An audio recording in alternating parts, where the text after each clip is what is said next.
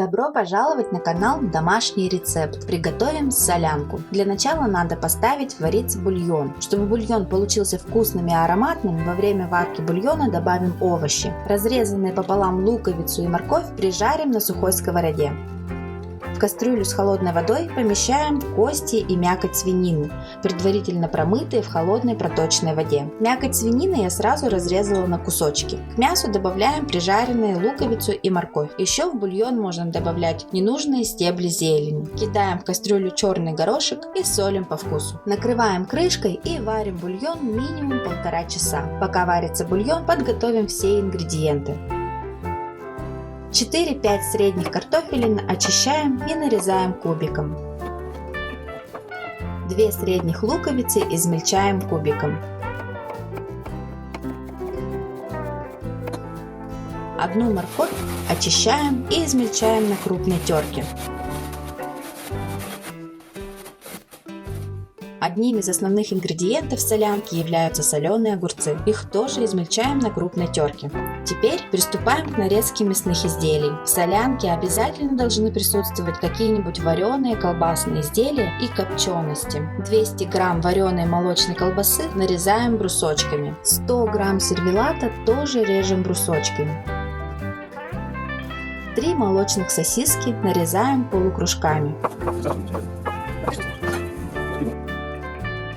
Сырокопченые колбаски режем кружками. И копченые свиные ребрышки измельчаем на небольшие кусочки. Измельчаем зелень петрушки и укропа. Зелень будем добавлять в самом конце варки солянки. Лимон нарежем полукольцами. Его будем добавлять в порционные тарелки для украшения и придания легкой кислинки. Оливки, какая же солянка без оливок? Режем их пополам. Их тоже будем добавлять в солянку в конце варки. Все продукты для солянки подготовили. Бульон готов. Он варился 1,5 часа. Достаем из бульона все овощи, зелень, мясо и кости. Засыпаем в бульон измельченную кубиком картошку. Тем временем на разогретой сковороде будем обжаривать наши мясные изделия. Они должны немного подрумяниться, подтопить жирок. Во время обжарки ароматы вокруг обалденные. Уже пахнет солянкой. Не забываем перемешивать, чтобы ничего не подгорело. Колбаски подрумянились. Отправляем всю эту вкуснятину в кастрюлю вариться. Пока картошка и мясные изделия варятся, сделаем зажарку.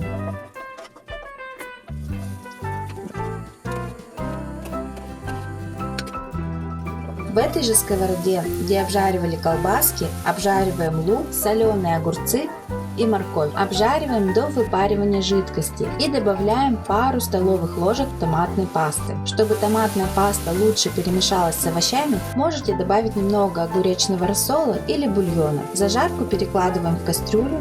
Все перемешиваем. Добавляем мясо, которое отделили от костей. Высыпаем оливки, измельченную зелень, тщательно перемешиваем и накрываем крышкой. Поварим еще несколько минут и снимаем кастрюлю с огня. Вот такая солянка у нас получилась. Ароматная, густая. По этому рецепту солянка всегда получается вкусной. Если понравилось видео, ставь лайк и не забывай подписываться на канал.